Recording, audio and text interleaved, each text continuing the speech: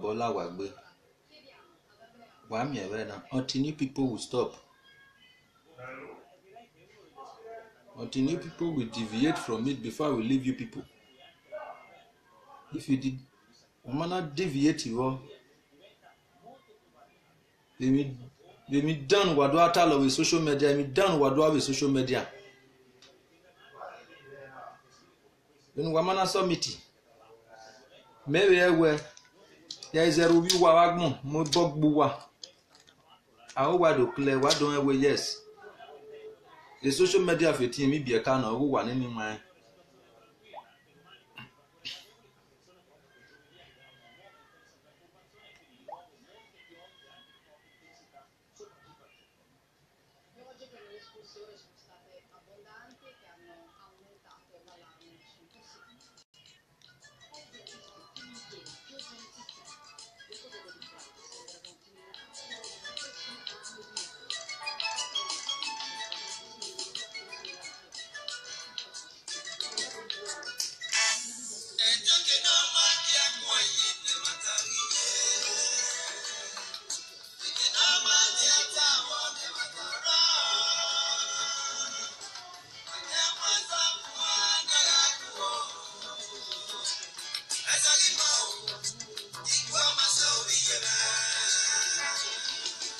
Now, my people,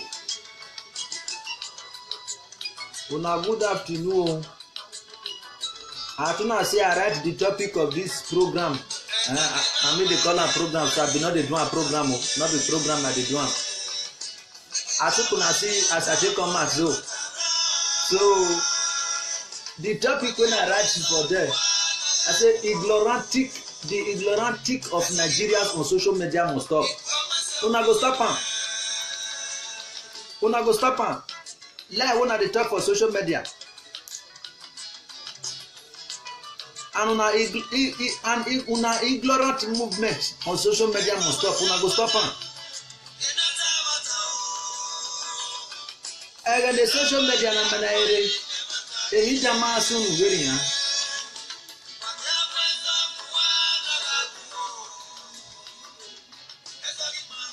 Mani ni temata ni. Mani ni temata. People wey dey talk truth. They no dey always dey see person. Please quality. Dodo. Efos Anoga. FS Nigeria Limited. Kojo ga. Na jena von surune. Oh we me mere. Ime ware. Iye ya pepepe. Agree to. We must put an end on it.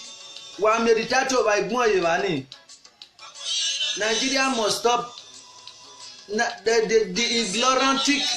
ignorantic of Nigeria on social media must stop. Only the topic in Igmo Yevama. It must stop.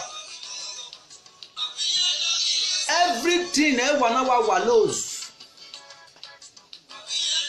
Everything Nigeria now wallows in everything.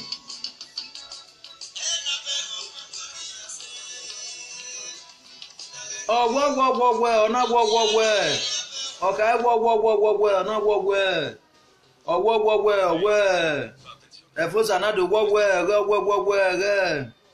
PC well. Oh, well, not well. The Brazil in our well, Daniel now well.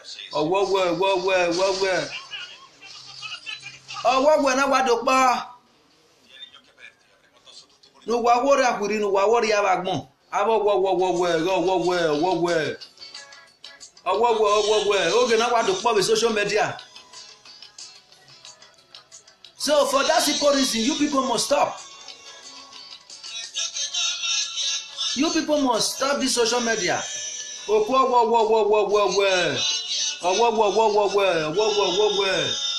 can't say. Yes, the big boy, no one in Nigeria. No one talk about social media. Why are Taloga here? A matter of Maggie water. Why are Taloga little Ramidi here in Nigeria? Oh, the work Bobia. I give power to Unu. Get commission over. Be me for the David in Nigeria with you. Don't make a phone that go to our social media to a Taloga. Okay, go away back more warrior. When we wanna deviate from this social media and this thing, one by one, why I told you social media, go back one of your Beluwa. A bonny of a dog Beluwa. When we are told you social media, one of woman who are 10 atani. Dating a giwari mama. What about chatting the name? Ever by one year is a buzz over the webo. No, why are the social media? Every place in the world, every place in the place here, Facebook, no soon we share country, no soon where the place where we Nigeria na sunu. Why we not le Facebook? No wagora huri. No waworia. Like ime ware we na ibare. Ọmọ náà we yan ni we social media ni wa la dia ofun do ata of social media when you share na mi no ya ba yan wodo ni ya ho wi mo ebo gbin yan iti ebo ni social media na ga stop okwo ona o ma ga ma ta no ro wa dabaru emi ya yagmo ya bo bebo na prince na blessing wa ya diabia. Why Riami ya na social media? Biami ya webo. Ime no si tell me wani we Nigeria gbe. Idia bo be rebo na. There are other countries in these countries. There are other immigrants in this country. Things are not hard for them the way it hard for us in Nigeria because we cause it with our parents. We worry about more. Na mumwe ni wadology neria. Hallelujah. Huh? Just imagine. I don't remain of it matter. No of you say the truth. What lock up? What yamata? Yamata magi warokbata. What just social media what do atalo? Aba gipabe to unu. This social media is made for children. If you want to come at a television program or you want to have your own program of doing, not in social media, go to NTA. Now so brother, Daniel, agree to where you marry Ogawi. So if you know that you want to make names, or maybe you want do anything program, or you want me to come up for program like me they tell the world anything where your eye see, or you want to tell people lie. ITV station there, you go to ITV, go and stand in ITV, let them face the camera with you. Then tell the world what you want to tell, not in social media. Then NTA Ruden one social media na nyari mi una nyara NTA ITV BBS. You go to NTA. NTA will broadcast your feelings to everybody. Go to CNN, Silverbird, all of them there. Go there. Go and stand there. They have their own office. They have their background. They will give you a good background. Sit down. Then talk anything you want to talk. Continue your conversation. Nowadays, social media do as well with social media. Do at all with social media. This social media is made for children. It's made for celebrity. The one you missed for the past 5 years, through this social media, he will see you. Through this live video, he or her will see you.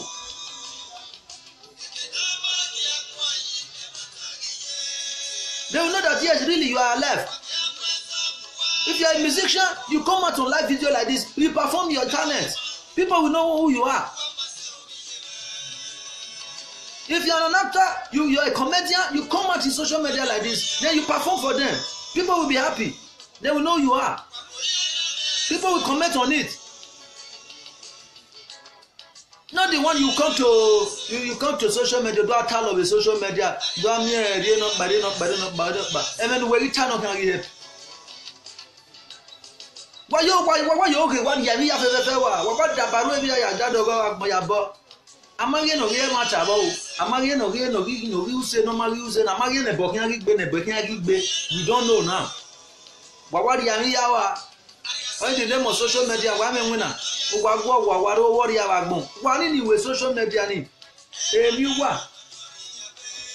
Ya the level to list the Ladia. One, you are doing social media and Yado view a Ladia. This one calling no one about any Yakali, new where I am about Buaria table, no warrior. As all of Begon of Wayao. No Begon, American, do Sylvia Luru, do post your social media, do a talo, do a team, no market canata. Every Kiarata with social media, movie Arata with social media, warrior Wago, Wahua.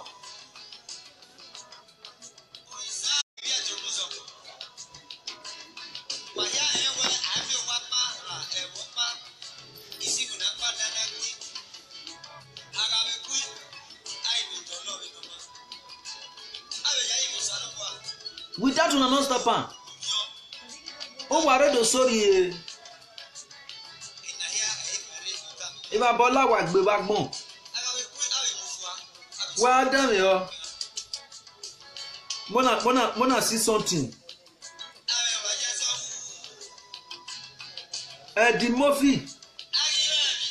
On a broadcaster, la Diana broadcaster, lady, yakin away. Ọmọ náà n'aka wo wa ma gbe biere wa ma gbori bio now no keke na mu you ta ni hiwe social media well ma not okay ma na te wo obio mo eyan gido bio e na ya gwegwelele ya no a tell wuti family emi kere ọmọ ya gbegbe wa me no bia le kenije na me ne ge ni gijenia agboya han yo bi o wa ma gbe ni me lo taye yen to bi en egbo yen egbinye we obi wa ma gbe yen and egbo ni wa ma gbe obi e me ne ni ni sunu ni aga protect again you on with idea wa ari a olele me no sunu ni ne ge ni yari no ma keke no yo bu o wa gbegbe wa we bo sunu ama egwe ge ni do ya wo ebege ibu wa gbegbe ki on social media wo ma not yin te wo eri yen ge yin obi era mu wa mu ge o ma be ori bio enwe awe mi agbe eme na gbona enwe gbalu enwe wa broadcast elele ya kia eri ari report ware o wa magbonya mo o we know fine eyan yan better at least no do din social media no do la social media o wa magbe me family o ti family oga yawo o ti family oga we wa no sunu with idea encoded form ari again ikpa ari wa no yera we ra gina kina o no do tin social media na di mo fi na ya we di mo fi na wa cast elele ya gina we omo no we ni amugi wa magbo bi according to the statement of wa magbe omo we even ije get itself omo we for owo yen keke travel on na le lo ma be o maybe na wo ya sunu we I don't even care to know because he didn't current with other people matters, other families matters. You understand? Just look if you na fi him, eyan evawu ne gbe amaka wunya na o me gbe. Immediately na we period na no wa me gbe yakpa na yin magi mi o wa magbo all because ge ya o ge wa carry wa mo ko wo mu bi o ma be. Egbe ke no gbe do se na be do gbe no ni ade e ro ni mogbe ona igwa ka wo ke onyo bi nya ona igwa ka wo wa magbo bi nya da wa magbe go bo so e no na do ka wo wa magbo bi nya onyo bi nya so we don't know onyo bi nya wa magbo nya we don't know so don't know nya we result here no na do atalo be social media no re very on that if one of my family, then the family of record you get the rightful family where this your really father. Then with idea. Then I don't social media and woman again take our being or being I on all about Bewa. I was one where my boy Ravado, a man will result in a big disgrace. Oh, yeah, big Bewa. Where reason me? Then what am I going with the matter now? Get the Mofi. And the Mofi I got broadcast. I got work here. I got who sent her? I know it. No, I work with social media. Work with media. What the way? On one man go behind your table. Oh, a mess of yourself. I'm a be more by your woman. A mess of on the cabin. Inya moving your body. Don't home be a wa. O Danny cook come on occasion. Our position is one biele no money. Biele no biani. Oh, money don't worry. Help Danny opinion. Oh, took Danny, daddy. And Danny be going Danny here where you be. But ugly, sponsor your honey. I'm here very only. I can only understand the way you're being here. Or do I be a new man? Or you surprised any new man? No, that one, daddy. Oh, don't you only to come my way? More be or not be or not be. So, if you were so one, that's what take care of what you were. This work to be a tournament. Oh, what for? Only can you go later here? Engine social media. I want to work in the name of social media. This thing, a secret you have the following in where one live over here. Who know why they go? Who are born or one lorry, who are social media now. When we are under social media now, one by one, each time one man stop a reading and Galatian to our you are. Who are what bell, oh, they have Facebook and what I love here. Oh, not back. If I ball like we walk.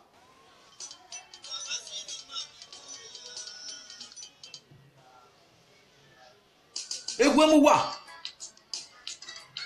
I want to name him. I was only got in a commenting right dancer. Yeah, belly right down. Do I saw the social media? Over my body, Yamo, over my body, Yamo. The result is large. I know a lawyer work calling, or move. I argue home. I can't where we are social media to our child. If I am to be that child, may not have money. Would you track me very only? Like. Since I work where a ramen fan, a ramen, and a eva home, me to be me anyway, yes, a ramen.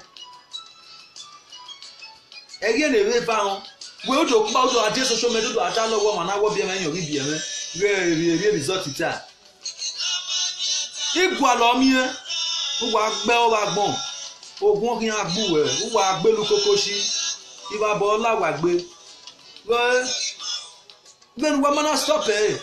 Area where I read what you are. If you don't stop on, that's why I go to combo. I will call the course now. Social media and I must stop on. Now where they do this social media, when I call the talk live, now call the chatty people not feel they work out again. Then over what my brain have to don't cover. I get the more few. And not have the social media, a family talk, family matter not supposed to people come and call the talk for social media. I do the honor with the phone to call Wamagana go every child. Go within a real line. So not to matter. Wamagana go every child. Very imagine don't matter to move them movie when the movie going at all on social media. Or anything as soon as I may have social media to at all of social media.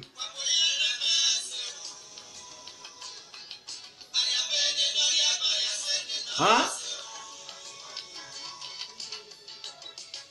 Although one in Nigeria, but what you what me? Although I'm bad Guimeriana, I did other Vinade worker. Although I'm any bad of Mammy Brodana, give my wilderness. The brother, I welcome the Brodana wilderness, the brother, what you fall, I just my record there. na gbo ya bege wo do ba me gbagbu o yan se to do ba me but you know about set every without imagine the social media the family agree on the social media or the man agree government agree with the social media gbogbo mi when woman stop organ wa do atalo with social media now when woman stop this wrong things in with social media ogun hin agbeluwa ya pepe ogun ni aven le do hin agbeluwa iwa bola wa ya gbe wa agwo wa YouTube wa for different people atale no ma keke ni atalo wa agbelu kokoshi wa bomb wa you people must stop it wa ya ri ya pepe wa na every ya wa de gbe ya ni every ya wa de gbe ya now wa ri ya wa on the name of social media no re wa go agun e mo tamaki wata I didn't know Tamata, but what Taloga, Talim, no Batalim, no Makin, Talim, no Masuni. Okay, Renis of Banner, Nimia Bania. I wait Germany. They want to deport 12,900 immigrants. Nigerians. For Nigerians for it to be a sad story to Nigeria, even Nigeria so na agogo. You know, social media, na do atalo with social media, you do agogo, na agbewe. When I rewebo, what of when Ogogon if you when you are defeating me?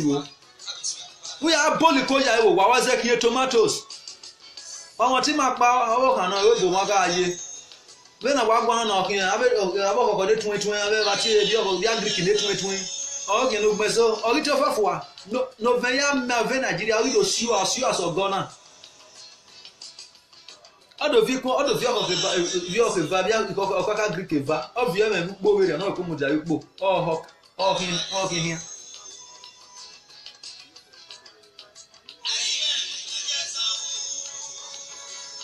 Stupidity for it to be a sad story to you people. Why go once I go to not this social media do I go with social media do I gbe we do you go in when you go home.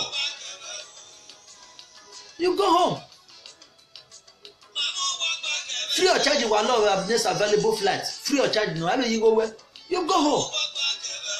Go home.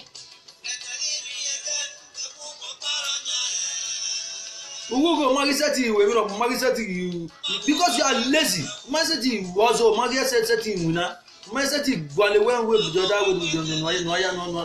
Make money, make a life. For it to be a sad story to you people, Nigeria.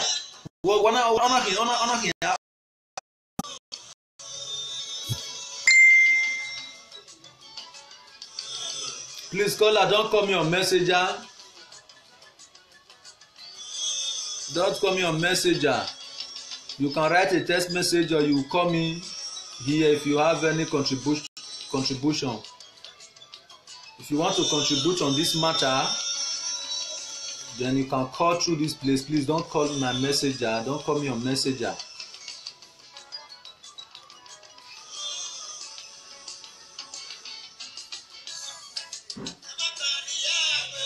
I don't mean of a time who want. When you go home, why do I go? Why is that Bolikoja? And when you know do atalo the social media with pride, you need to atalo the social media. Why no ba one man akawari? Awa gwari life and direct. When akawari, we are moment wa life and direct. You want why am moment wa one moment. Who are gbelu kokoshi. When woman stop a social media and na social network na be social enemy. Mina dawa kinga mina. Eru aga bia dokpa owe tu biye. Wa ge go eyin mi camera da when ya record we wa talo. We na emi. O wa bia dokpa. We wa ge gbatu we wa rekinu na we social media. Emi ya do comment yo eyin mi camera da wa record we atalo. Why is it a lot? Ave imi ya anya comment yo. Ege no ya re obi atalo la jan video be. Obi ya ge da bi se leveki uju talo kyan veki. Why is it kyan ugbe kivere na wa atalo? Na maybe social media president. Wa atalo. Italo me wa la we gbe. wa gbelu kokoshu wa ho wa bagmo. On the name of social media wa mwe ya wa mwe ya fefe ya. Wa ria ya wa. Wọ́n gí bí ẹkí gbogí àwọn náà ríṣi wínà all the name of wáyá yìí lórí àyà wa èso sún abíyẹ train station ẹnìyàn ìyẹn wọ́n gí àrí yìí rọ̀ pa nìyàn a máa wé tí yẹn wọ́n ya gbálí wínà nìyàn wàyú nu gbèlí àbíyọ kòkò ìkọ́nà pa ìná máa yá wá wáyá gbèlí àbíyọ ìkọ́nà pa lálọ́dẹ̀ ọkùnrin yẹn kò wà nẹ́ni yẹn rí because yẹn máa mi orí ẹ̀ àníyàn yẹn rí bí train station no wáyà yìí nù tẹ́tí ní ibi rẹ̀ wà rí ibi rẹ̀ wà sọ́n àti yẹn aṣáwó wà tí iná pa wẹ̀ náà aṣáwó dé gòdìdì èyàn orú nẹ wẹ̀ dé náà làdìyàn social media náà dọ̀ àtàlọ̀ wẹ̀ social media èrè náà pàdé wọ́n ọ̀pá náà nù ẹ̀yà bólú àná yà lálùwẹ̀ náà bí làdìyàn náà dé náà yà àtàlọ̀. Oyin na we la jan ye blasiglet we are happy to re eto ri son bo mo ri mi asawo ri mu de to mi asawo mu na asawo atebe ye mi ki o happy ti ni we are to popa no re happy ti we na big boy for that matter oje blasiglet odo ata level na bi akole na bi comment yo unu nyama owo boyen we kin abi prophet ogun yen kin ma imagine o wa agbelu koko sogun hin agbelu waya o wa hoho wa o wa dewu ona do dey against ihu ọwọ́ mọ̀lẹ́ ní wọ́n fi kó ẹ̀bùn pàpàpà gọ́ ẹ̀bùn náà ni màjẹ́ ní mẹ́ta ẹ̀yìn bí ẹ̀bùn náà mú má gbótọ̀ ìbí ẹ̀bùn má wà mọ̀ ẹ̀gbí má gbótọ̀ náà bí yàn nànà ẹ̀gẹ́ náà dẹ́yìn àìní màá wù náà ayé àfúnfún náà ẹ̀bùn má fi send yẹn má dẹ́ ẹ̀yìn ẹ̀wẹ̀ gbé ọ̀dọ̀ exist but yẹn má send yẹn but this time around na ìbí Nàìjíríà náà yà kìí ọ̀bẹ okay fine ẹ̀wẹ̀ bò náà ni màjẹ́ náà ni guess na gbashawo mo iyan ma complain seven wa ni bi Nigeria complain abi Nigeria complain but iyan ma complain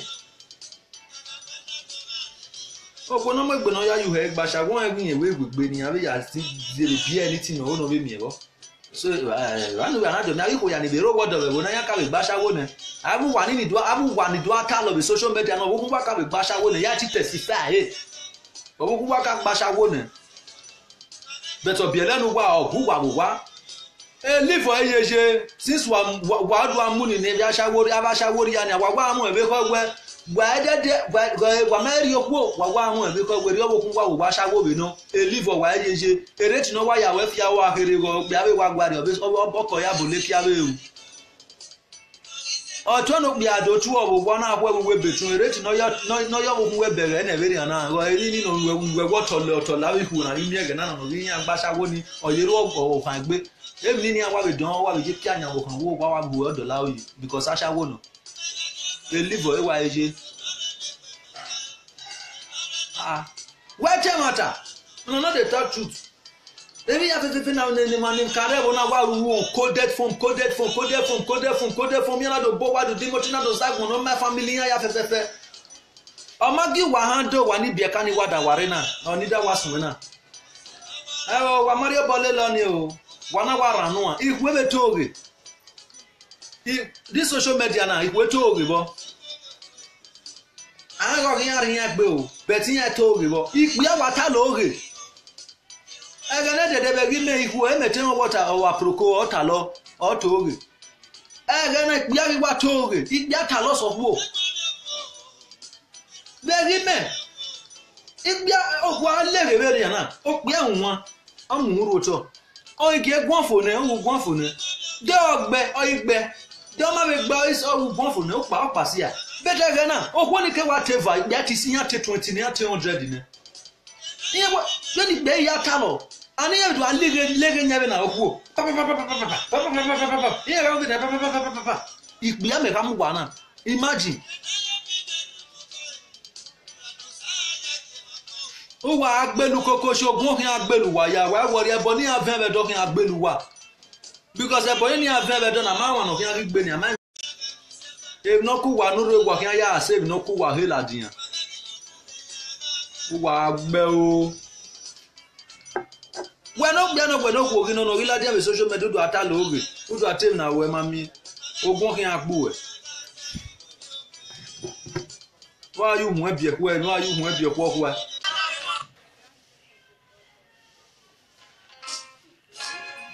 Ó wà bọ́n wa gbọ́n ó wà gbẹ́lu kókó sí. Ogún kí á gbẹ́lu wa wà wọ̀rẹ́ ẹnu wà tó yá tó rèé social media. Ẹ má tà má kí wà tà. Wà tẹ́ wọn tà.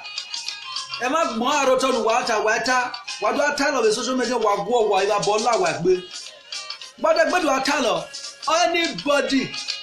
Ọmọ náà wé social media anybody náà ṣọ ẹ̀ náà mìíràn.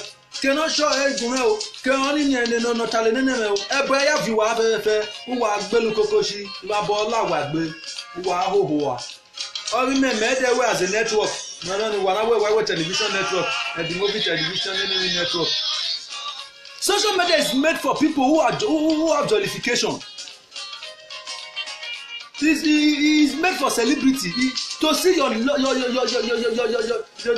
past friend as in your old peoples. Your own friend, your families. And now, I'm aware what do I total, what do social network, the television as I've been in television. You celebrate, if you want celebrity, they don't agree you. Go to NTA.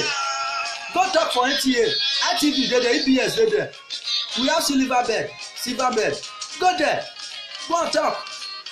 When you come social media, do atalo social media, do atalo oge no ma gba social media. When we atalo oge na social media, when we am make sure we yabo wa ba do one delay mo social media ogun ya gbe lu wa ya. Wo wa gbe o, wo wa hoho wa ba bo la wa gbe wa gbon. Wo wa gbe lu kokoshi. Mota. Wo wa hoho wa. E ma gbon ki wa ta, wa gun wa. Wa tẹ̀rìn nu wa ta, erin wa kinu wa na gun wa gun. Why la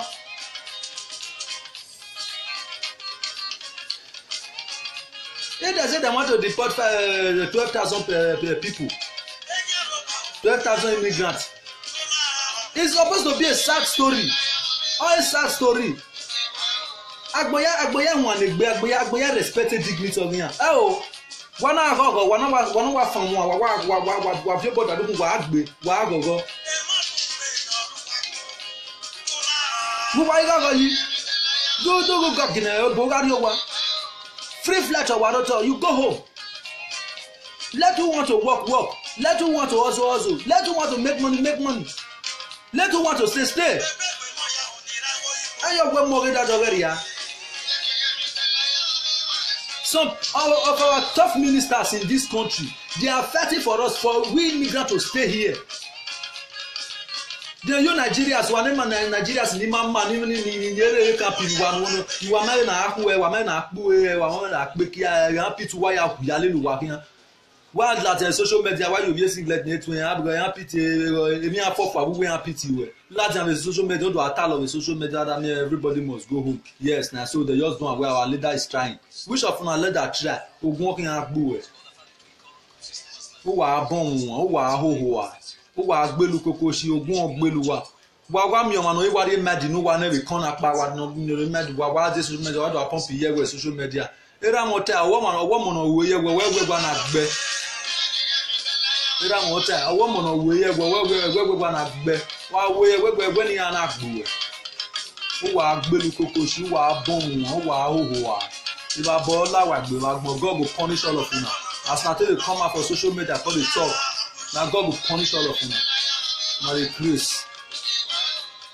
Now not where. Now come social media. Now come they talk live for social media. What you not supposed to talk? Now not talk. Now come they talk on other thing. Or what? Now what? Now what?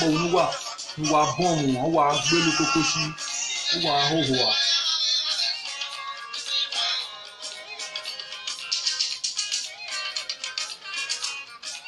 When we not bonu wa, when we not bonu wa. From morning to night, wa is in the water in Waver, and I really know there. And I got the new one. Yeah, above you, wire. Belu Kokoshi.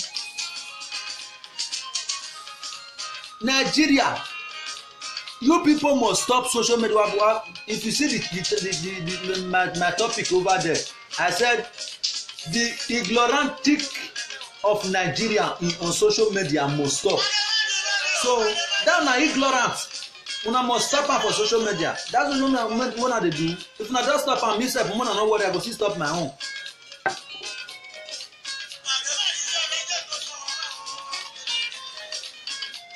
If una just stop me sef, I go stop my own. I no go to talk to una again. If I come out for social media like this, you know say na happiness, I go just be happy. You want me, I go for here, agbe way. If na only that one, na wetin go bring peace come for una. Wey call the 30 people for Europe. Na be that. On the name of social media. If social media can stop all these disasters wey we dey hear, all these disasters wey dey happen, so e no go happen again. Also normal soon una go come out for social media na come dey talk am, na so e happen.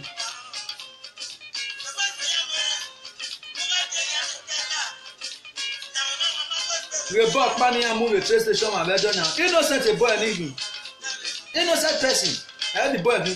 Here my mom say police station here why not have a train station police ya legal not. Obi Nigeria na the phone la don record there. O record there for na o we am mo kuke. And instantly when Anna say the boy and the boy Ariwa.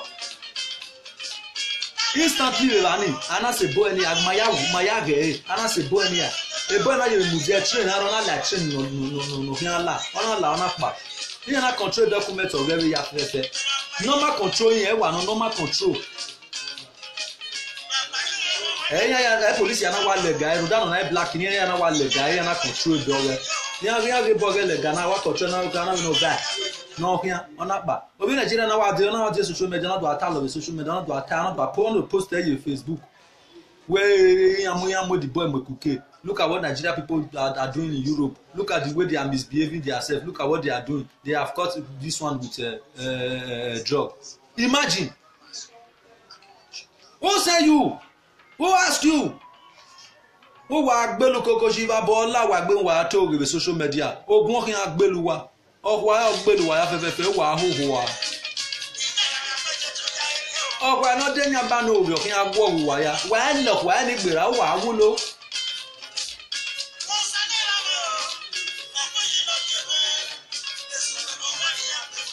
What matter? No truth again. On the name of social media. Una must stop am. Can't call the interfere for another people family, another person family. But on the name of why social media, who wa ke oto. Awu wa ra oto, who wa ki kunuke ya wa bole ya wa down every hu wa hunu wa do ta social media. Areas wo pa ni awunya ti lele no Roland. De Monica no, de Monica ya tie o na mi awunya tie gani. Tenant no roto to wa SF e kwe le gani la wa because no la always do tell social media. O wa le gani ni ala wo la di oye ya bi egbe na. Area this one na be this girl na select school we aye.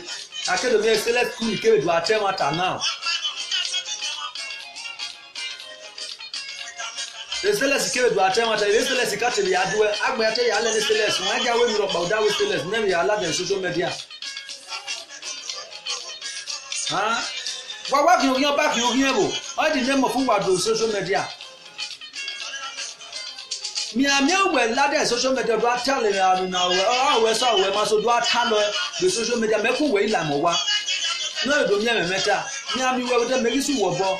Take him, Mariki. Yeah, I'm here with a big berawe. Who wa gbelu kokoshi iba bola wa gbe wa mo wa bu ogu wa o le nu wa tabe do se ne age wo va wa ni o wa gbelu kokoshi iba bola wa gbe wa gbon when wa to with social media when wa mana stop never stop wa mana stop he stop ina we wo me de Facebook ina school wo me de Facebook Eleni many mena mi mama send the video get the mofi ona send there your nana ona do tag me never do a comment your line me boy cannot well ni o kenene the mofi ogun aya go wa ya fefe ogun boy wa ga se wori aba gbo wa iba boga isa la wa se la wa gbe uso boso ogun ku kin ara mu gbe anybody go and share the movie video put for my wall. Then they come tag me, they come people come they comment put for my wall. Boy, yes, I'm we bog be am gbe ye no ro wa mu gbe ti ya fe family ya fe. E yo ku wo wa ya. Ke no show o, ke no ru we ne video, ke no ta lo ne video. Boy, ogun ya go wa ri ta we do. Ya ge wa we do e. E mata magi wata. Inwinere na wa mu wa bagmo. Family matter no amu ade social media do atalo the social media. What kan wa ya gi wa hu. Aya gi wa hu. Uloko wa pie. Ego wa no zuo ni me matter be bunya be yo wa. Wa zuo. Wa mu matu wa mu bunya re wa ni ado aseto matu wa. Wa gbelu koko.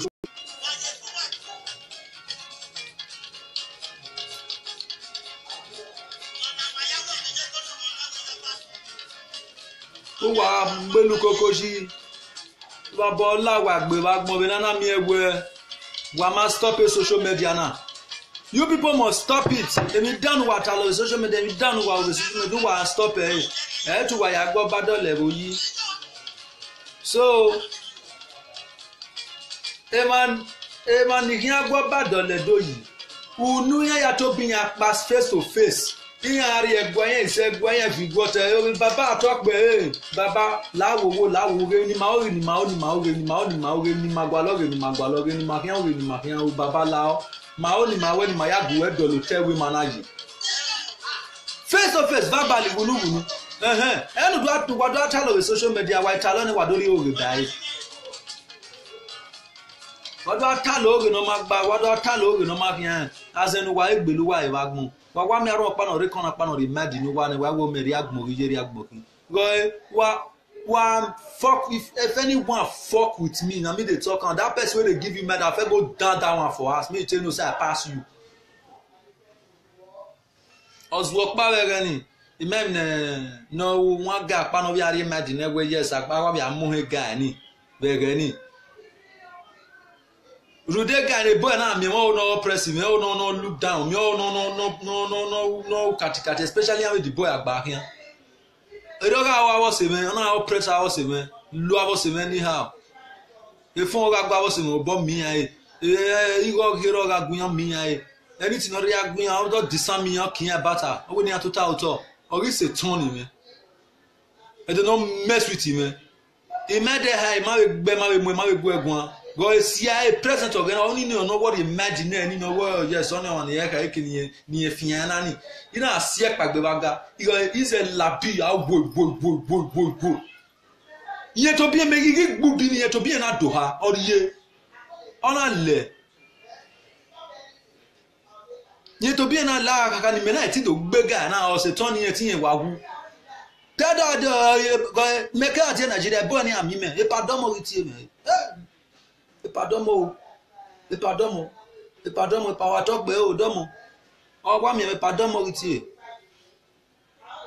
if na you see small people don't see those small boys wey never bath wey dey one side now see them wey dey give una mad dey say mama right down nothing do you why do agbon wa fo why do wa ozu o why do we nu wa mi wa gbelu kokoshi why do katikati.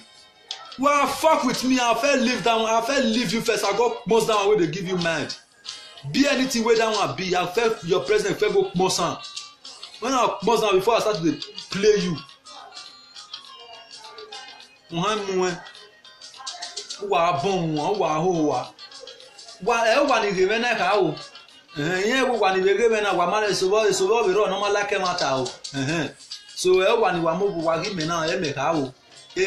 Because fancy me wakini ave fancy me wa meka e ma ni me waka ni ti ebo nana ni mo ebo gbe o e ma ni do atalo the social media do atalo ore ni do ate no ma gba the social media ni do post pictures the pictures no ma sunu we money do post ye le Facebook wo sunu yen ya mo ni bi e ma gboto iyan e ti ebo nana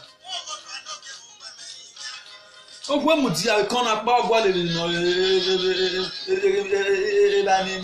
ni abo moga iwo so gba ni abo moga e ko pose for ogwa because anything that ari ya won na ro Obi Nigeria wa pa wa the phone go wa the lele. Oh yeah, let we flower snapper no do want to place on Facebook. You look at Nigeria people, look at Edo people, look at what they are doing in Europe. Do atalo. Who wa gbelu koko shu wa gwo ho wa ho. Ame fake rumors ya wa po be Facebook, ya po be all social media network. Nu wa munokia wa gbelu koko shu wa ho. Emi asunu wa Gadistan, awe do state on asunu. Emi asunu we Gambia, awe do state on asunu. Emi asunu we imagine wajare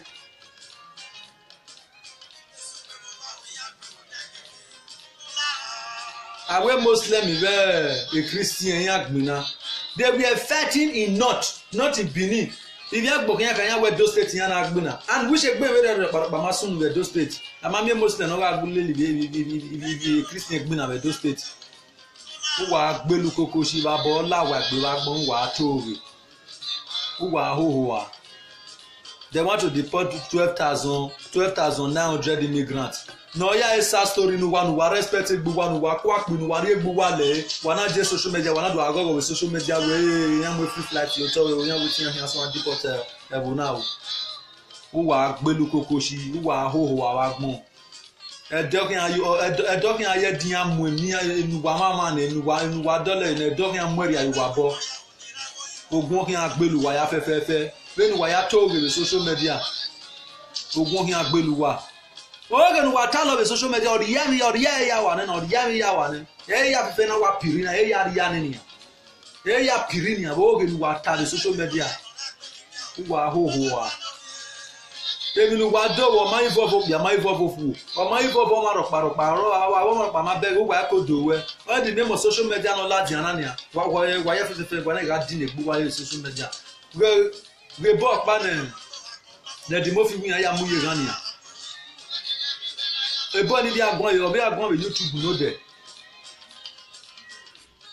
Oh, yeah, or we a man where you match trafficking there.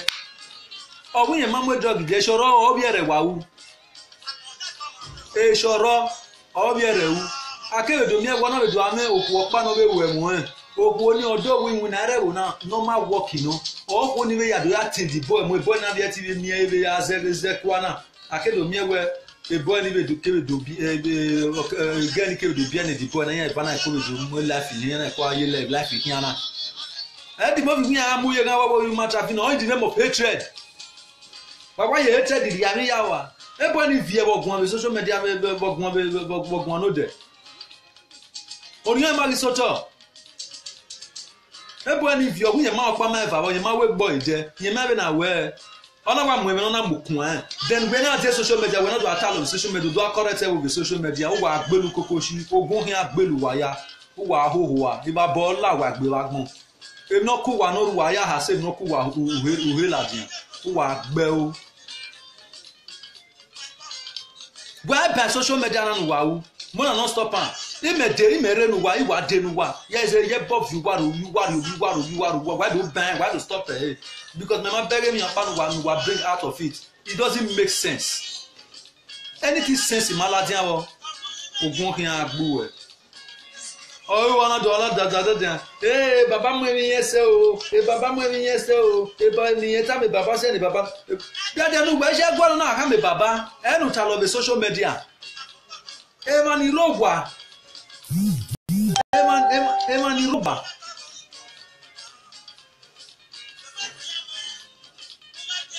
Eman irowa. Oh, eman irowa. Oh, when me matani ge baba we baba give no sunu give no de. Give me ya sunu give no de. E baba wo ke o ma wa ga follow up.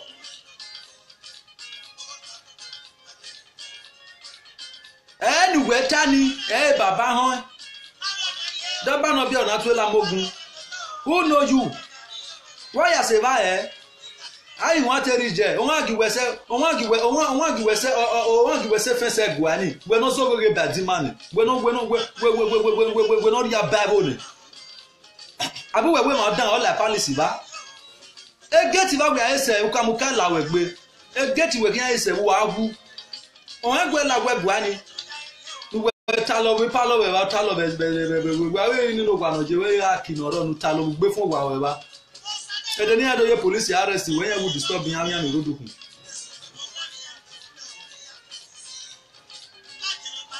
Do atalo. If case is not taking se, we surprise woman aduro has yan wo kan ye beje. We free as no wa wa make na atalo wa. Wo wa agbelu kokoshu wa hoho wa. Ohun agugwe vangwa. Ohun agugwe na we step ogugwe ni we step la wegwa. Wa ya sun wo. Wuri ababo ni. When we done we ka wa oni. O ma keke nu we ameja bo. Obo aja buwe. Agbon ya aja buwe meja buwe. We go bare me submit we me aja buwe talkless of we. E ma me yebe ro ni give support ni ma ye ja bo. O salobo ara kara e mo salobo na gi ma di agbon na. E meja bo. O salobo be seri o ma he. O salobo no be gi ma di agbon, salobo ma e seri o ma he. Ebe meja bo. Wa guilty no guilty ne. Wa must over I will die. We emi owo wo kan ayo woru. O wa agbelu kokoshi wa hoho wa. Iba bo la wa gbe wa gbon. Imagine they do atalo you want correct, don't want to get correct. The correction one make we no ria bible ne we do la we do correctable. Emi danu we oni ebe ba go kan erate no you we step in la tedu we na la we gba bo wi ahu. Ebo ni ati ebe gba wa kin agbu we. Iya we ọmọ no rizo rere badi mane ebo na tie ra ni kin agbe so boy ni that boy ni the mofini ozo rere o ka zo rere badi mane ozo rere badi mane rate no ya fi owe la tedo owu ebo ni abegbe wa gbe o wa be mi no temata wa be temata na kon social media na kon dey talk like kon dey talk wetin na I no reach wa gbo na kon dey talk wetin na no take send na message na ma ya give wa hu wa do atalo. Ebi ya fefe ni Nigeria who secretly ona ke ya fefe ni wa implicate lazim on the name of social media no dey now wa bere Gambia wa go bi o kan kere be Gambia o man stories de wunya e bo na oje all progress o hu wa je beri o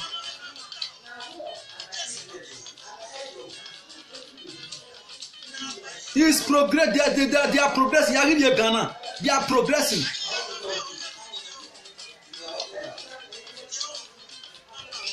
Yagidi Senegal, they are progressing. How was Jeberioni? What do I tell? What do social media? What do I go? What do I tell of social media? If I ball la wa gbe ba mu wa gbe lu koko so bon hin agbu e.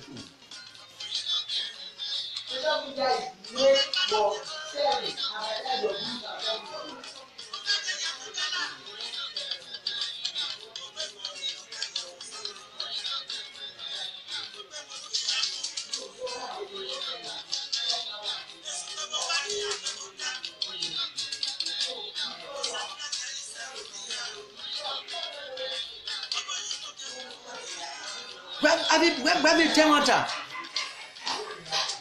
Na wari remember. America me for lo. Wari America wa lao. Why America wa wow. Why America wa na do gbe class no wa do be lady. E do mu phone dagbe. Do mu phone dagbe. Do mu dagbe. Do awere na. Ye ka do biunu go ya krakunu ya ni yo to ni aya to oge. Ye crack na ya unu na bo ga ivun la no rin na ya so atalo. Ya do atale na wi ama mi do atalo go wa gbelu kokoshi iba bo la wa gbe ba gbon wa hoho wa. O hamu wa.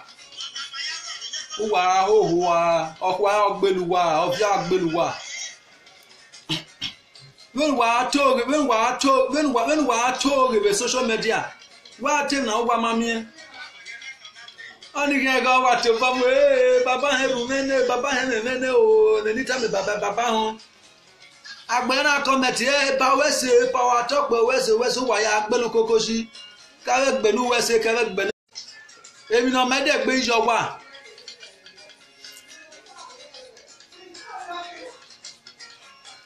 Why worry? When woman stop a social media ni, woman stop it. Ani no ri aba wo no who is your control na wo control ba e. Uwe vaneni uwe ya de social media we do correct man and dawe won ade. Wa gbe o. Wa do correct man don. Egenede igwo ni gbigbi agia. Iyan kare wo na. Ya fefefe yan zagbon no me family yan wo wa. We are go wi yan. Wo wa. Obeze we go eso bo yan go usema gbiyan. Wona ana be mi pe ani be we tipa ni be kiyan eyan ma mi go ya ma go eyan gele make be na make eyan mi go be na mi go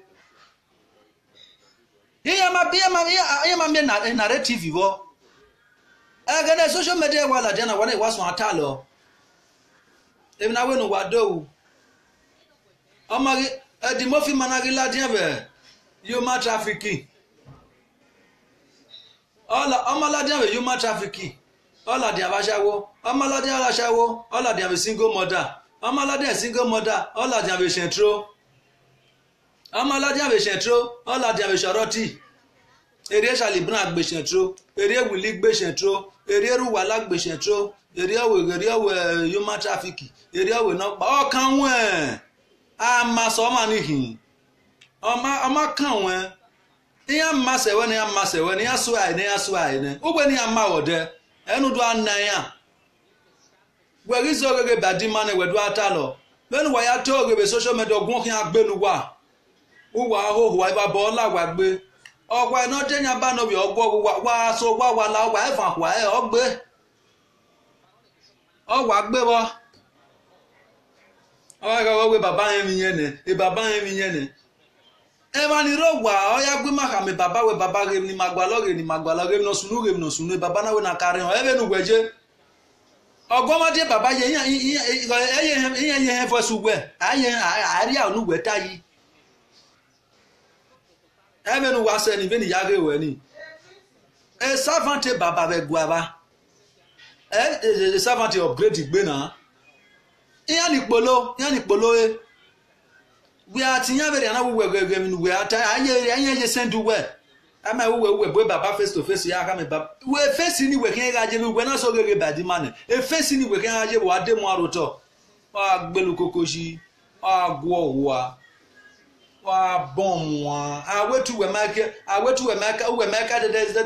we mi dan ye venu we ta na me ye follow up le luwa na wu ka we mi dan Iba bola wa gbe wenu wa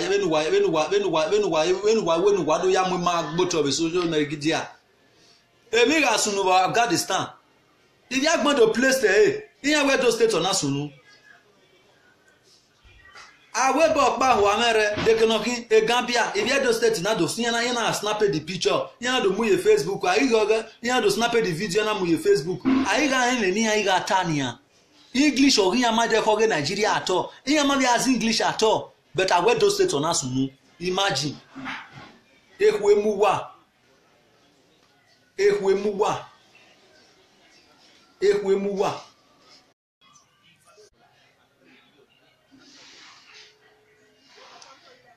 Hello. How are you?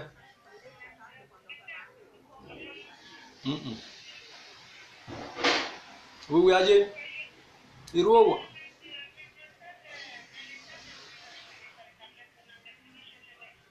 Well, okay. Irowa. Irowa ni sowa. Eja. Always.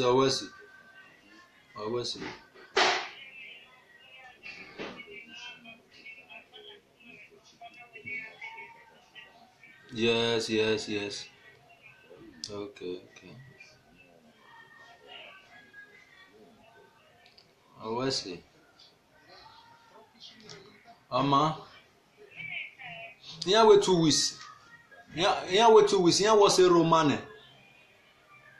Yeah, wait 2 weeks. 2 weeks. Yeah, was a Romane. So, okay, Romane, me everything. So, I might say, yeah.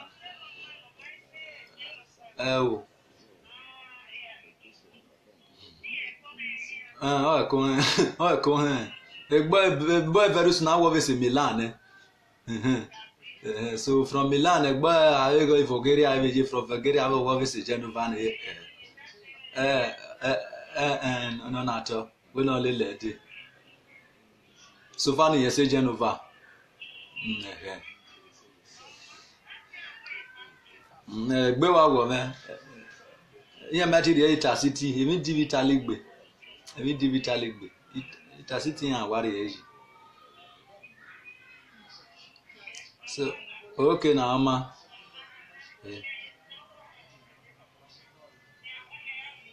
Okay. No one at all.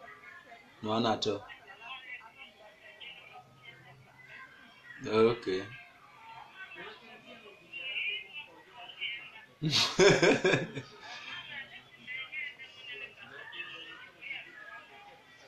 Yes. Okay. Man, later. Yeah. Ciao. So, my people. So sorry for the distractions. I just received from important somebody's call. No why we now. When you can't even tell you that. Memoria omele. Imamwe boyao. This one is my real face. A real face even a him. To what my beggar say. Wagoy. Na my real face be this. I no hide my face. Una where they do social media, where they talk lie, we call they talk lie for social media. Una must stop. Social media must stop. Una don't use them as spoil everywhere for lie. Una don't use them as gog many people. So you people must stop social media. When woman stop social media, ogun can agbeluwa, especially the Mofi. I hope you don't video. Mama me know me. My woman me there better. All do too much. But we not see via woman. May leave my people. Now what are the fights would be done? I know the fight for myself. I know the fight for my own. If you not let them face me face to face now, oh my I born a very good. I don't want I can more than face to face now. No, you know try me. 30 year old agbo. Why me 30 year old no do atale no market no atalo. Who you help? When agbe hu. When they see ya we alele.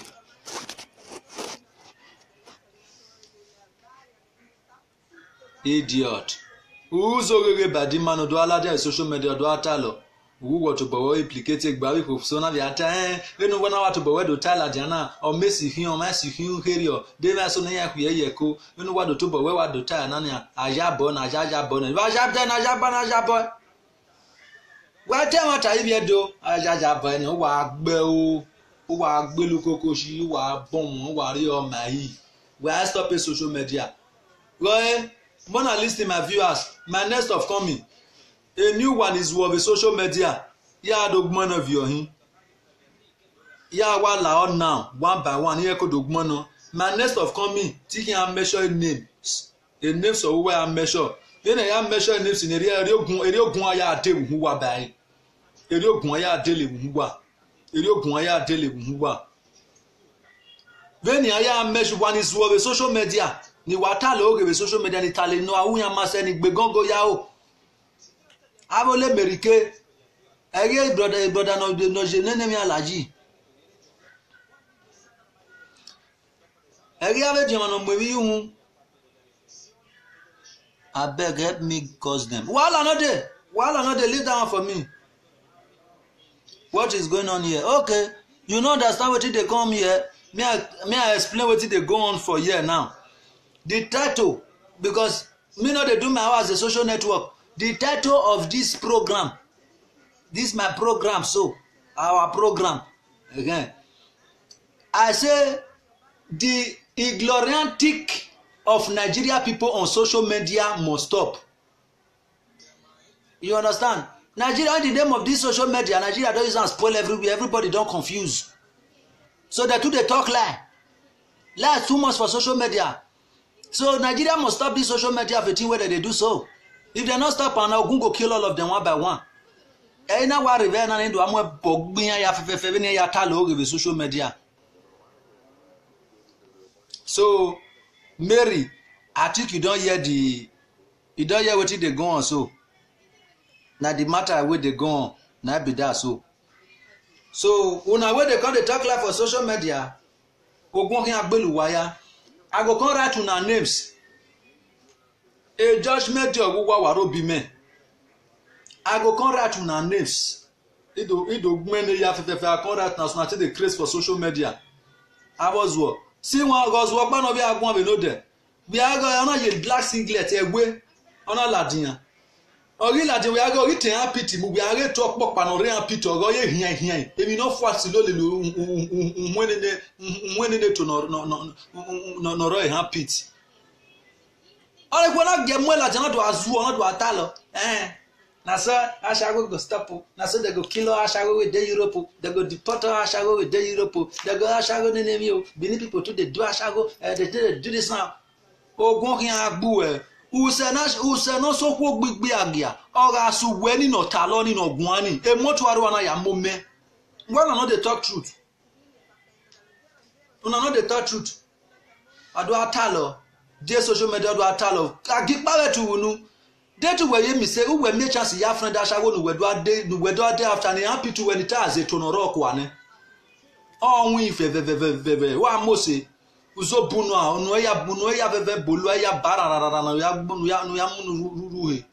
Egba Ashago ni se fe o ya munu ru yan e ban ya man. Udu amu ya gboto of social media do start bin ya yeke ni ba bola o egbe. Tiyan wa gege wa nware na wi adu agba Ashago ve webo. Tiyan wa gege wa re na wi yan wa sun Ashago na gbe. E condition yi wi ere sun won. O wa ri ho mahi. O wa ri pu wa ri hu wa gun wa ho wa. Wa ga te mata.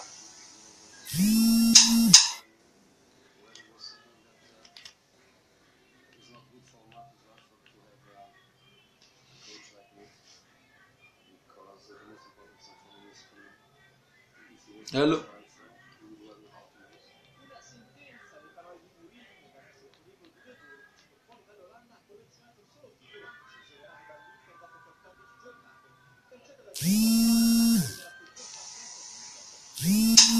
If you ask me, the number no him. Okay, Ama. Okay. Okay, Ama. Ciao. So, bada me ho. Ye wari fu ye wa we list. Iwa do gmen even wa ya zo of social media. Iwa do gmen no agojo kon right time. From head reach grand. Ya gmen no iswan ati wa pokpa. Then ya ati ya even ya so ni wa ni ria ya mogun gbuwa. Ria mogun gbuwa eni me manage ni ware na one by one. Ya ze mogun gbelu wa. Yes, a mogun beluwa why do ban. Una go stop am. Una I try tell una. I tell una. Wo fera dene origin ori bieka.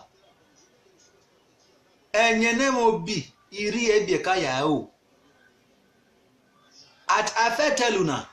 I said this social media will come turn to the essence of say small children go come dey insult una. If una no use sense. Small children come dey insult una. Na the matter with the go so insult don't come now. You senior me o, you no senior me o. Insult don't come as soon as we realize the social media do atalo oge na be social media we na yegbe ma gbogbo gikin.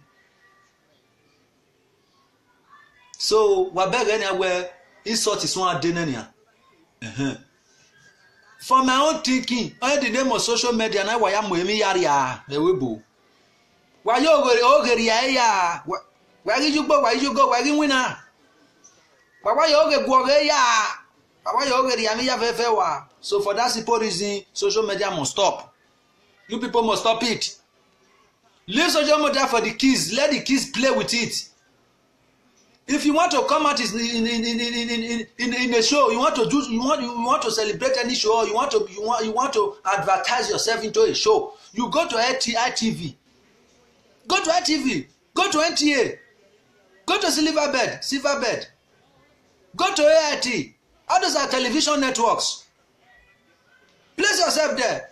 Tell them your feelings. Tell them what you want. Talk to the world. No problem. It's a network.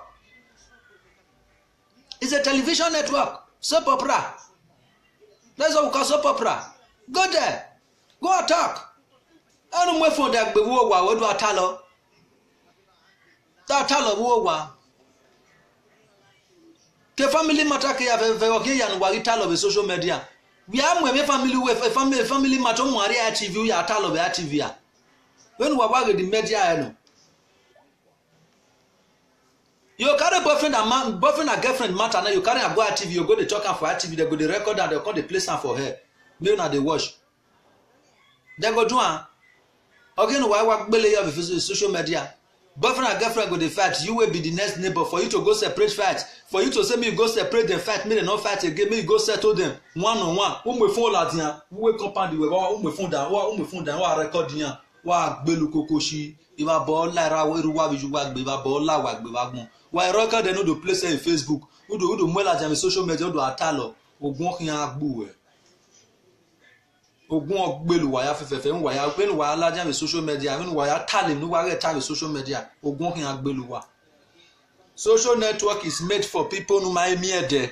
Who la jam na wa we yan abere we, wa gogo, wa celebrate is made for celebrities. We made it for celebrities, actors, musicians. Talented peoples. Missing someone's. If you are missing people, that is what we made it for. That is what social media made for. It made for celebrities. Social media did not what is social media. It's not a network. No wa anyhow. No that wa me free Wi-Fi. Gamia we free Wi-Fi giro ba we to wa subscribe. For example, with subscription. One give when we do. Who buy you 10 euros? Who you 10 euros subscribe? Do more that baby and do atalo with social media very na. Whom you be? If I go on me wa, you go to power magba. Who be? Wa gbe o. Owo we akoyo bo kan phone we take gbe akun we yo. Day subscription no. Do that wa me free Wi-Fi oya. Wa lu nyaga wa tale bu bageta wa yari ya mi ya wa webu e mani madoba we bona ya talo ya gunwa ya coded wu abo school re bona we agyan we na total babo school we ya teme 50 we no total ba ya won no sunu on coded form be wana ni ware na wa azuo ada wa talo le ran bi kin ya wa yin wa gbe american wa go we are got ban of lot and we are going one. And when you big very honor, the Bazere, a Janusage, fancy Janusage, walking, if I was seeing walking, a not by walking Janusage, or you start the idea really different organic, or till you start beating whoever. In a Janusage, walking, and Bazar, oh, can't wear a Bazar review. Yek be ya vakin. Yek be ya hin. O kan ya rovie gbe. Yan rovie gbe no do din social media. Yan kan we settle egbe we re ba yan we settle.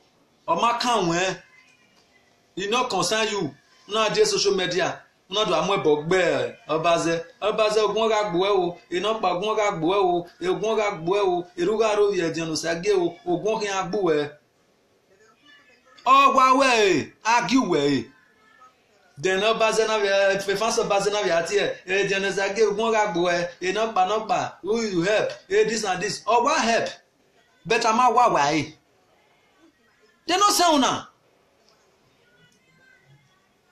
ba je social media wa do atalo be social media wa do mo bogbe bi re ni total rian aru eva gbi na ma kan we yo udo mo phone da gbodo agbo be social media do atalo ogun kin agbu e wa de wa gbelu kokoshi ogun kin agbelu wa ya e no ku wa nu re wa ya save no ku wa heladin don't know go here ka okay anybody wey just insult him as he dey talk anybody go make sure say fine and rich as anything but na go take fine no be you wan fine na you wan fine uwe wa gbon ya zuwo we me we no we skip ni no skip is ewero uwe wa gbagbo ya toro rete nonsense you want fan. You want everything you take fan. We are surprised we are fan our fan where so when I fan we plan e can say fan we ne.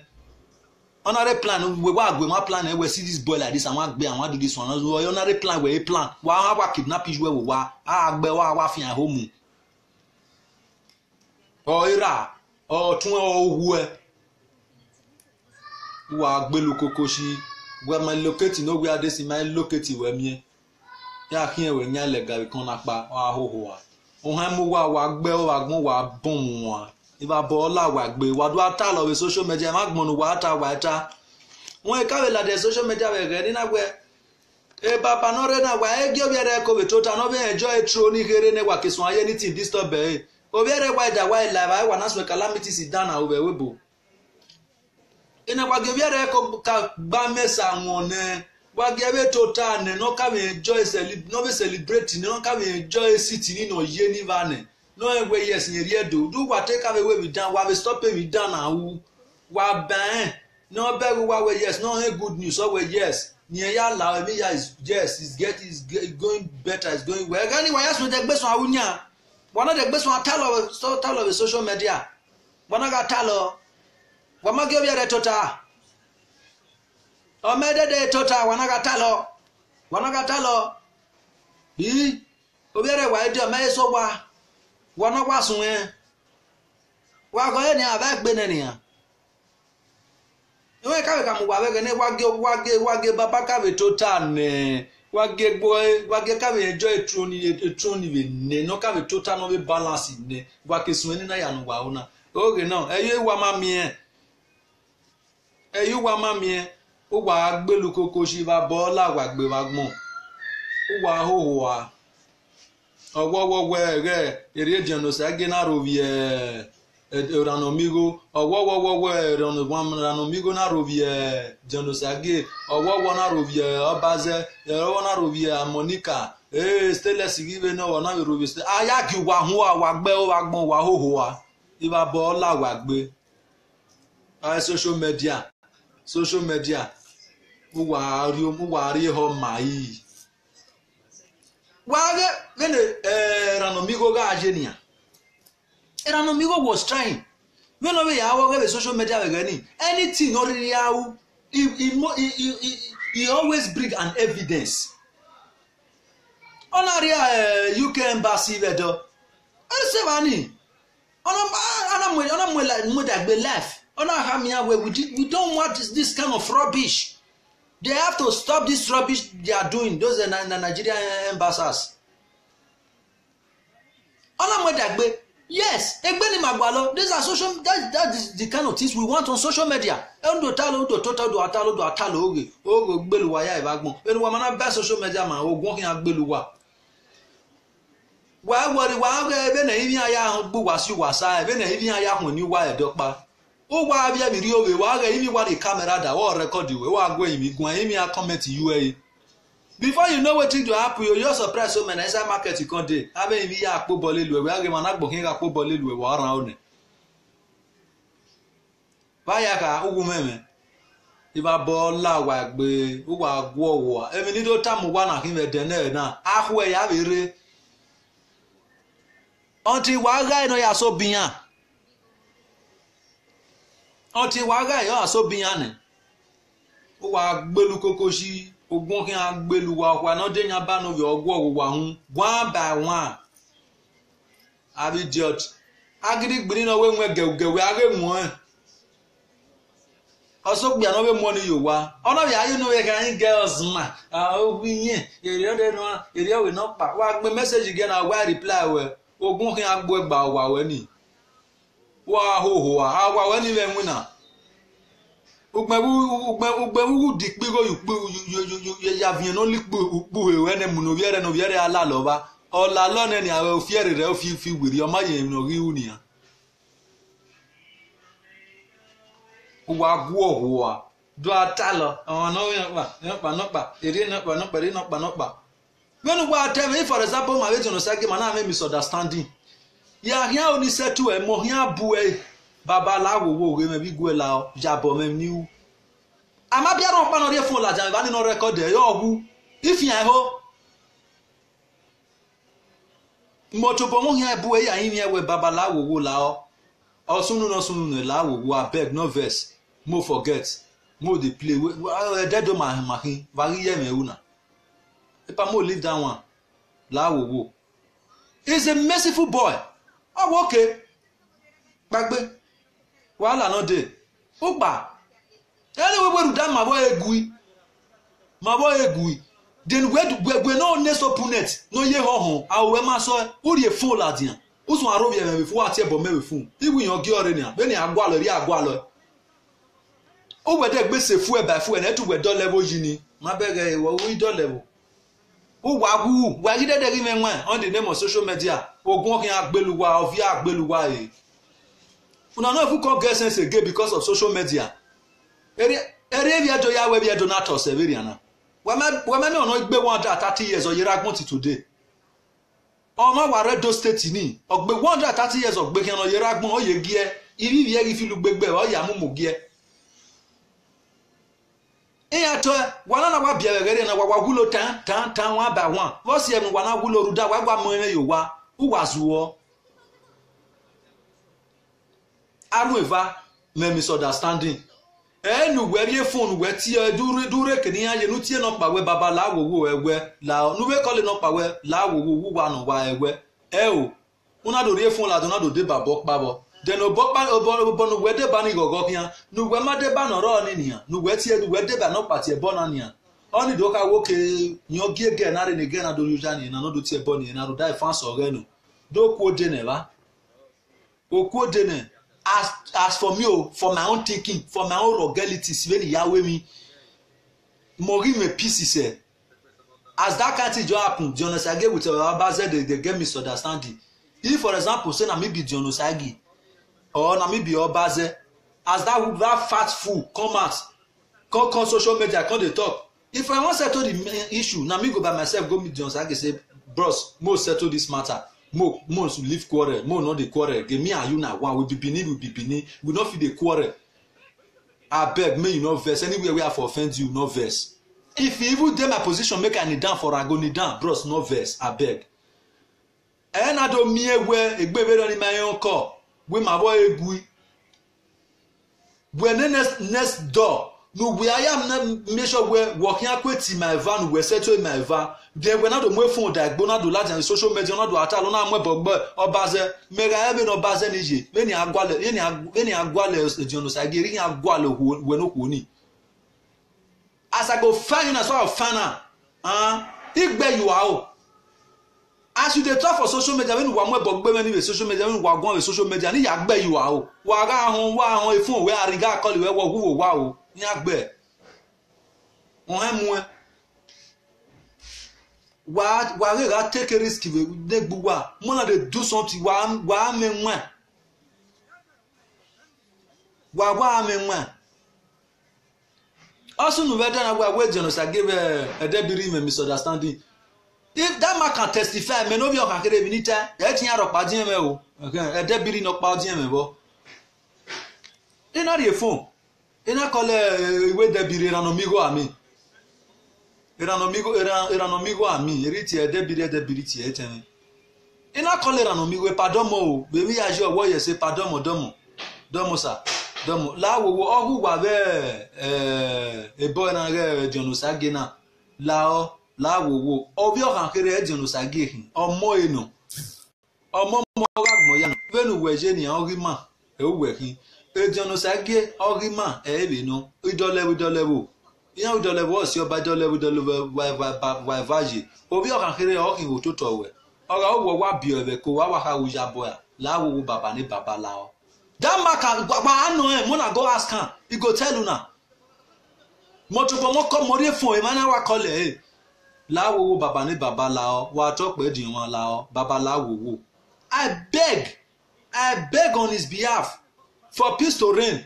He tried to learn Jonosage majo de to mare ki no ga no the network is man is a try majo na ewe but on for salobo anoro me woni ni na ni wa call ranomigo wa me phone ni ina wa yimia total begging ide wa yimia ore line we Joseph vi ra yimia no la wo no la ona wunye ho na wa fi amaro na fi fun ona wa fi amaro na wo bi oha no ona fi fun ogie na fe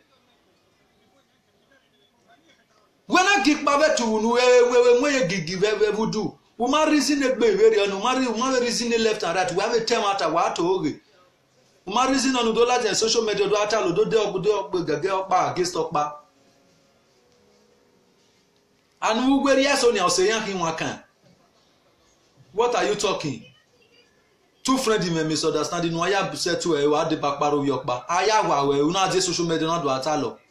Not do agua, not do arobi, not do atia, but my social media. Who are walking at boo, who are belu kokoshi, of yaking at belu, why have who are ho, you know, wawana, and do what I social media, and why you like him. A social media, and do what walking away, what river. Wa mi no ro o wa gwo wa abe fasi me ya fe mi na gbon ama wa gbe o ni maniro ogun kin agbelu wa abe ni maniro wa ama oga wa kin e fasi me ya fe kino se kino ra me wa la wo wa zo gege badima wa ri ababo wa use wa dame gan wa continue life wa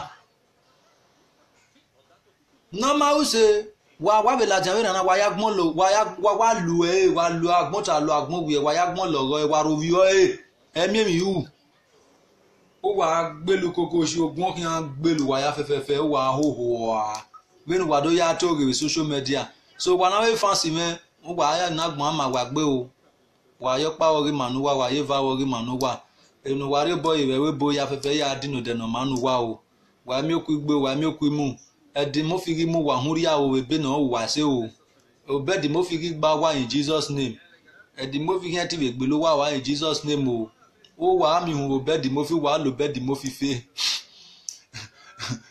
e mama ne di mo fi mama we gbo wa Holy Ghost fire e mama le di mo fi mama me gbe me Holy Ghost fire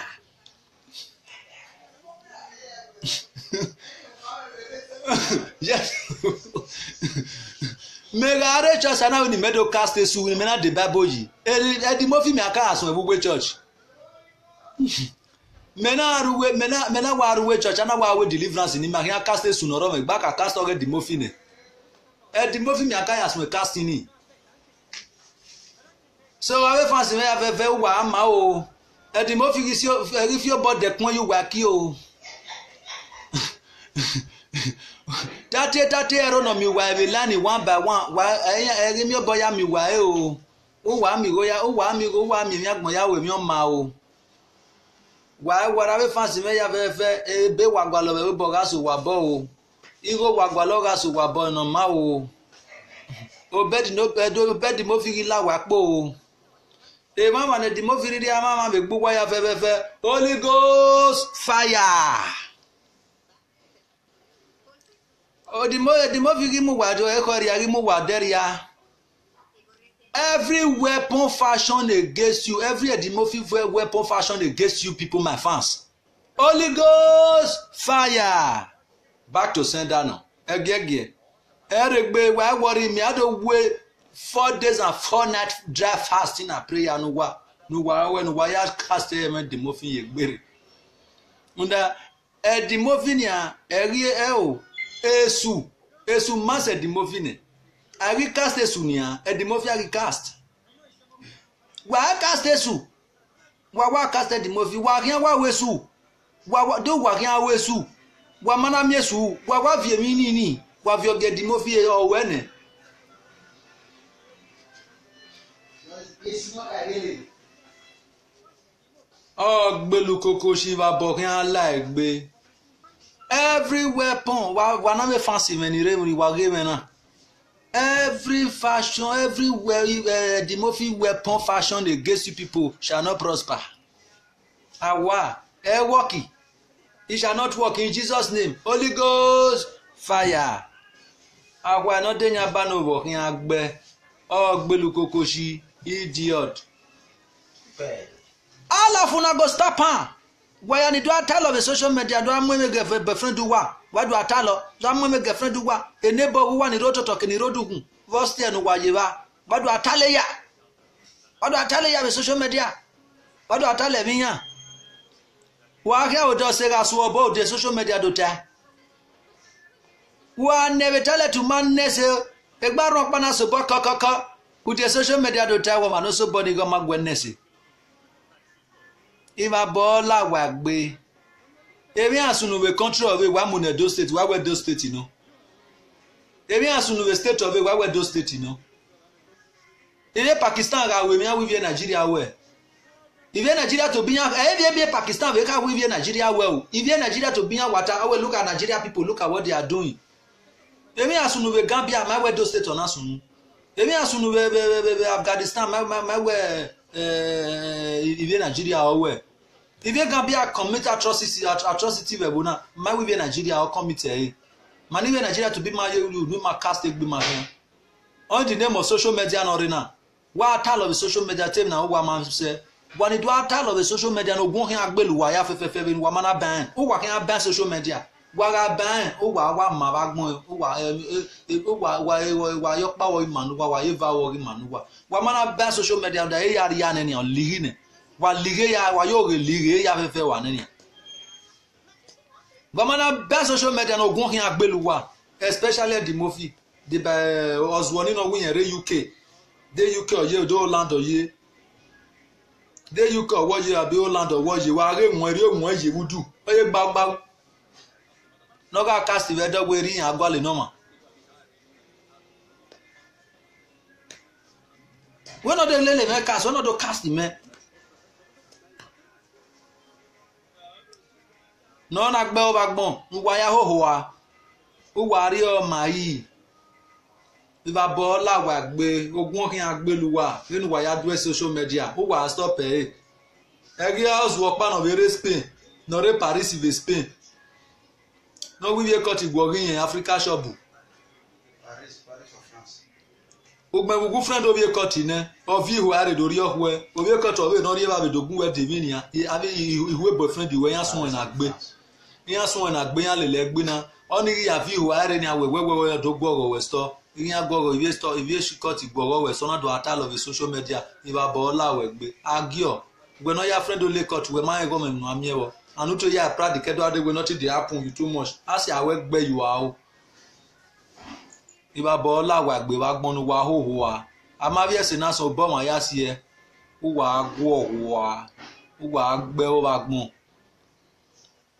ave sister ni re Paris ni re Holland ni re UK ave sister ni ave brother ni re Germany ni re France ni re Austria wa ga bi ko bone gie no gun yen re o bi bone tun no gun yen re na bi mu camera bi a show e face ran o ge be we bo for that matter we ma na bi agbe podo na bi aka magbe na gbe ya we fast na prayer obolo ogun okin agbu obonu aye la lanu wa ya le la ni okin agbeluwa one by one.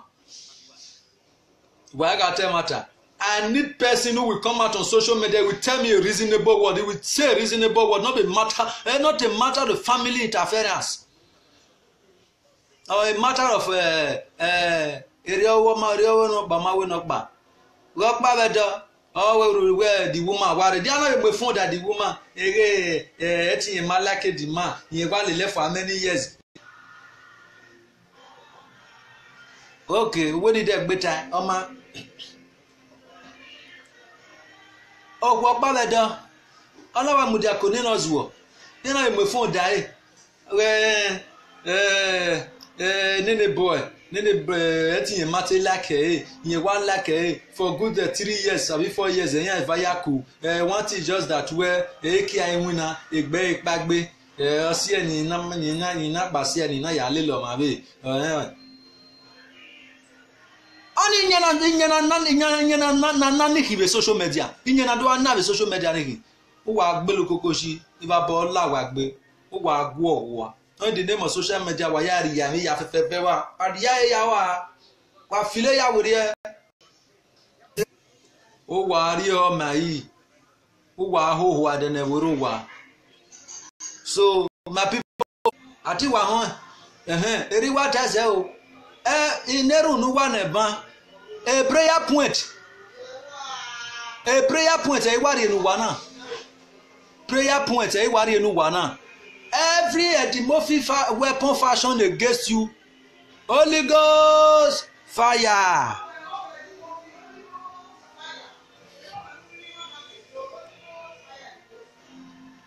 Wahon. So anyway, èmi ní dọ́tà mo wà ẹni rí o ìtẹ́ni wà bàbá yìí. Ọmọ náà wí yẹn gbọ́ àpìẹ̀ṣẹ̀ wẹ̀ fún ọ̀rẹ́. Gbẹ́nà pìẹ̀ṣẹ̀ náà yà sọ bọ̀ ẹ́ náà wẹ̀ kà máa wíwẹ̀ làdì àbẹ̀ náà gbẹ́ni àwọn náà di àná náà kọ́ lè mẹ́ ló dẹ̀. So wẹ́ni yà ká máa gbẹ́mẹ̀ ní ta ẹ̀yẹ ta ìwé tí yà must to buy social media náà wò wẹ́ni yà máa náà bá ogún kí yà gbọ̀ rí yà fẹ́fẹ́fẹ́ one by one. Ìyá kẹ́ wá sọ ní Edimorphic olùdáyọ̀ wúyọ̀ president. Ogun náà kí wọ́n gbé ọ̀sẹ̀ Milan ní ìkámu wà bẹ́ẹ̀ dọ́dá cross Libyana. Ebe ọ̀wá kẹ́nà ni à ọ̀kẹ́ bùẹ́ yà hìá. Sista náà rẹ̀ UK náà wẹ́wẹ́ gẹ̀ọ́gẹ̀ orí náà wúyìn hìá gbé yàn mú.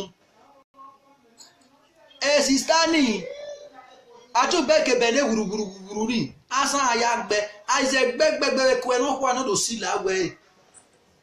When I worry, I'm a Kenyan baby, you're a bear to see a moon, or to him modeling.